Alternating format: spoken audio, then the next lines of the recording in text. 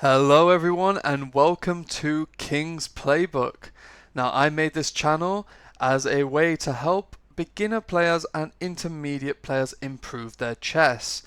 Now I am a high intermediate player, so I may not be a grandmaster, but I can definitely help people who are below 1500 elo. So let's go in to how to break 600 elo and above. Even if you're about 1000, 1200, I think you can learn a lot from this video. So let's begin. Now, I played against this guy called Cola Fabio from Italy, and he started e4, so I responded e5. Now, the general idea in the beginning is to develop your pieces as quickly as possible whilst also controlling the center. So that's what we get here with these two opening moves. So now he develops his bishop to c4, and on this move I do like to go knight to f6 because later on I can prepare for d5 and break open the center and have a nice open game. So let's see how this pans out. He actually decides to just guard his pawn here on e4 with the d3 pawn. That's absolutely fine because it does actually open up his bishop for development. So far we played a perfect game.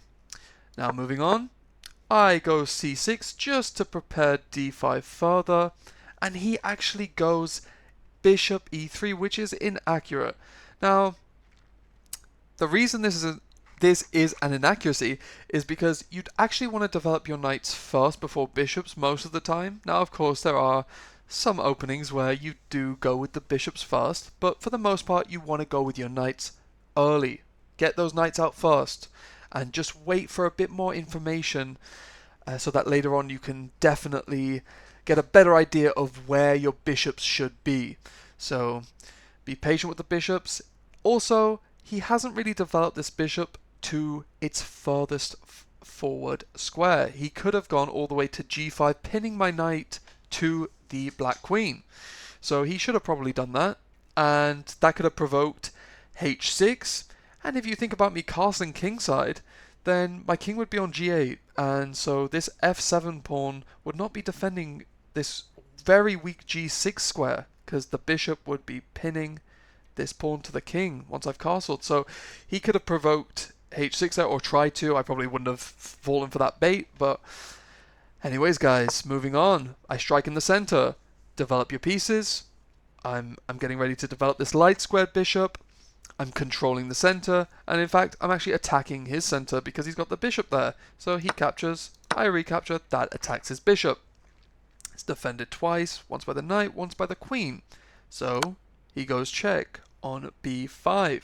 That's a good move because when you're checking, you're forcing your opponent into a response. They have to respond to that move, or else they're not playing chess properly. They're probably like -2 elo or something. So I blocked whilst also developing. So really get used to controlling the center. Bang, bang, 2 pawns in the center. You can't ask for more.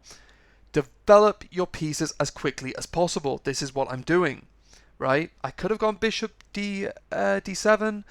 Then maybe he would take, I'd recapture. That could be fine, that could work, but I prefer this for sure, and it is the best move according to the engine. So moving on now, we have a mistake from him. Now what's the mistake, guys? The mistake is that he already developed this piece, albeit not to the best square he could have. He should have initially gone here, but now he decides to go here. So what has he done? He's wasted a move. He has wasted a move. Do not move the same piece twice in the opening. You are completely wasting your time. The time in chess is way more valuable than anything else. Forget material. Forget all that time. It's the timing. And so he's just wasted a move. And now I seize all the initiative because of this. Now, he's pinning my knight. That's fine.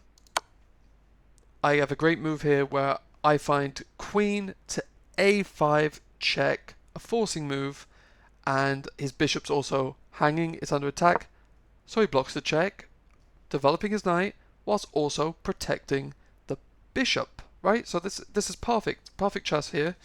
And so I can't take this anymore because then he can recapture. And so we continue on. That's a miss apparently. Let's find out why. I actually don't know. What's the best move? This is the best move. Ah, okay, fantastic. Well, we're just winning a piece. Okay, so I completely missed that. I haven't played chess in a while, and I've missed that. So the knight is pinned, thanks to the queen, and I can simply march forward, grab that knight on the next turn. Probably after he takes, I recapture. He destroys my kingside a little bit. Not destroys, but he damages the structure. And then he might capture my knight. I'll recapture. But then, at the end of the day, he can't do anything about this knight being completely pinned. This pawn is eventually going to grab this knight. Although, does he have this? Does he have b4 after I take? He goes rook there? No, because then I would be able to pick off the knight with the queen. So, yeah, his knight is dead in this situation. So I missed that completely, which is fine. You're going to miss things. But I went here instead. That's a miss. He captures with check. Now, this is another mistake. If you're trying to get past 600 elo, you're trying to get past 1000 elo, 1200 elo, 1500 elo. I'm personally 1800. Well, that's my peak anyway. Maybe not not anymore, not at this stage, but rapid I am. I know at the bottom it says I'm 1200 blitz, but I'm actually 1800 rapid in spirit. So when he took this knight, it was a mistake. Why?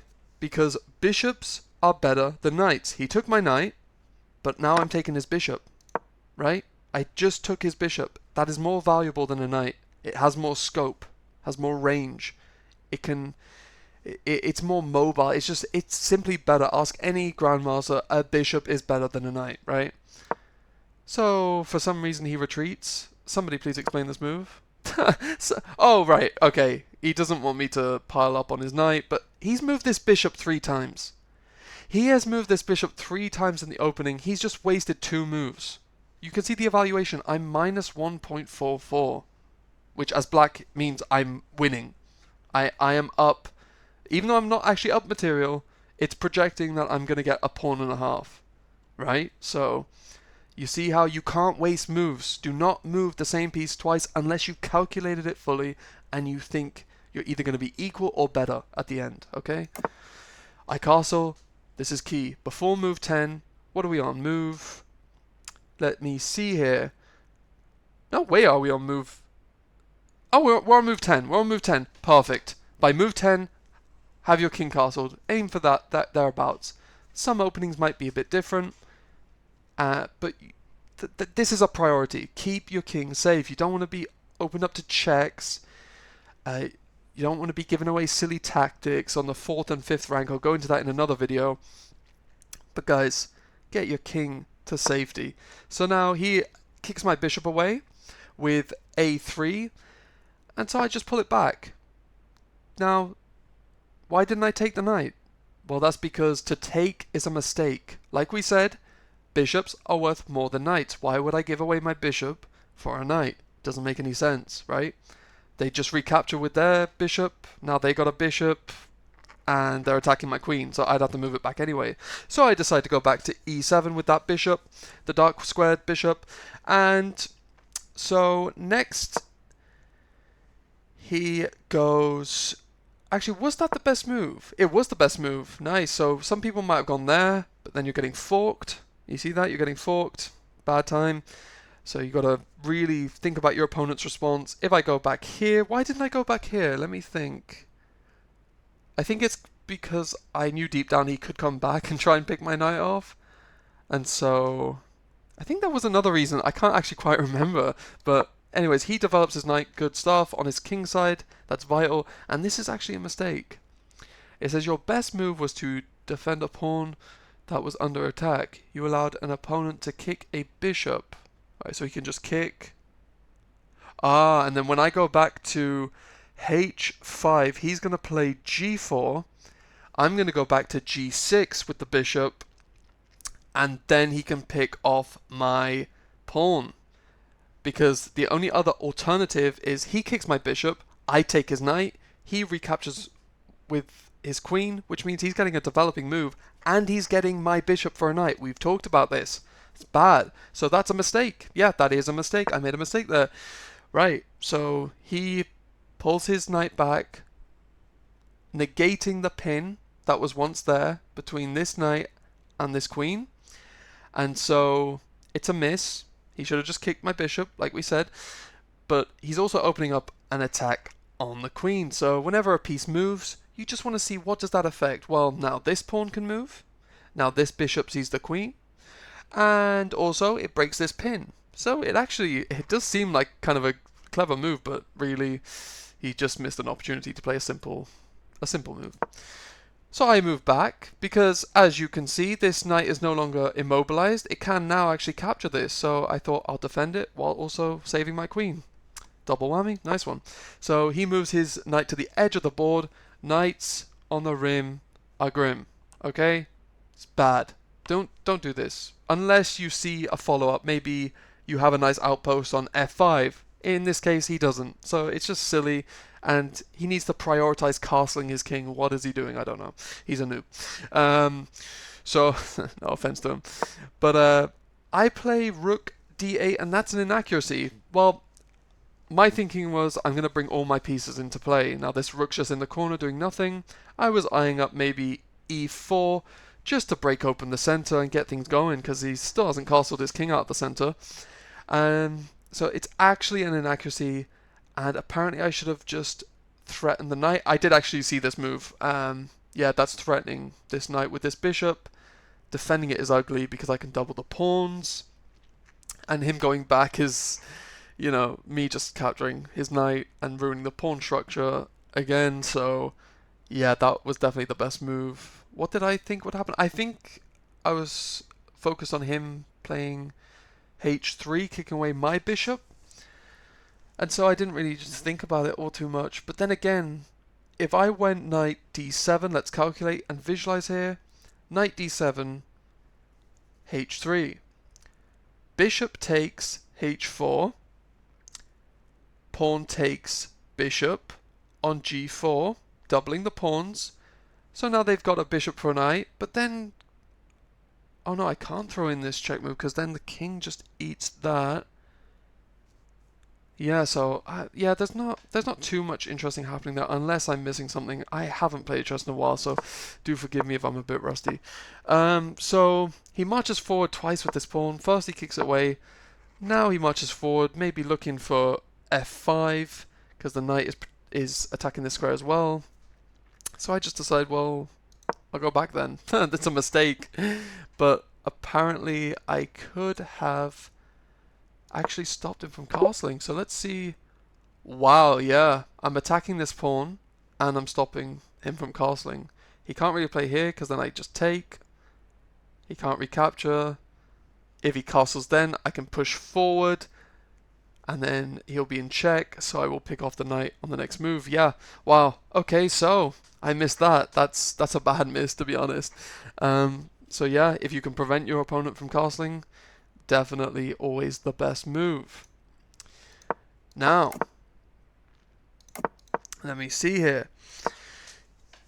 That's a mistake. He castles eventually, and I get an excellent move. I said knights on the rim are grim, but I want to apply pressure to this pawn. I also want to capture this knight, so I'm threatening that. He has to respond to this threat, so he decides to go queen e1, defending his knight. Now I decide to bring my final piece into the attack, and this is a miss. I could have actually won material with a fork, so let's see what was best. Okay, I can win this pawn. Then he goes rook here. Then I can actually snatch this pawn. So yeah, that was looking nice. Definitely should have done that. I missed that as well, but oh well. I just thought bring all my pieces into play because that's what you want to do in chess. Another big tip. Bring all your pieces into play before you launch an attack. In this case, I actually missed a clear, easy way to get a sizable advantage. Sorry. So he captures in the center. I recapture. now he's attacking this weak f7 square. I had a quick check. I looked to see what would happen. So if he captures my pawn, he is attacking this knight. However, it is defended by the queen. Now, I also know I have a nice little safe square on h8 for the king. Okay, so I take his knight for free, attacking his queen actually, so I'm offering a trade in a way. And so he takes on f7, that's a mistake. I go to safety, that's forced. Now at this point, I didn't look this far. I only have a minute on the clock. It's a blitz game. I'm usually a rapid player. So I didn't see this move. He attacks my queen, and you can see his queen is also looking at that g7 square. Luckily, I have this knight defending that, or that would have been a nasty checkmate. I suppose I could just go back here, because that x-ray defends on g7, as you can see. So I actually decided to go for this. Took the knight. He went and put his rook on e1 attacking my queen. Also x-ray attacking my rook. So you got to be wary of everything that pieces are doing. If you see a rook, you want to look past all the pieces on the board. Where is this rook looking? It's looking along the e file. What's on the e file? And just look. Okay, the queen first and foremost. But oh, also a rook that's already attacked once by the queen. So that's risky, huh? So I chop that down with a bishop. I have to capture this because if I move out the way, the rook's coming down for check. I'm recapturing. He's capturing with a back rank checkmate, and so I had to give up the queen. So here we exchange. That's check. This is his best move. Wasn't that his only move? Oh, he could have blocked with the queen, but that's just losing the queen. So he moves. I double up the rooks. That's very powerful, as we all know. And so, wait, did I have a checkmate? No, I didn't, because he could have gone there. So he kicks my bishop, but that's mate in one. The knight covers the g3 square, and the bishop covers the f3 square. So guys, I hope you learned a thing or two.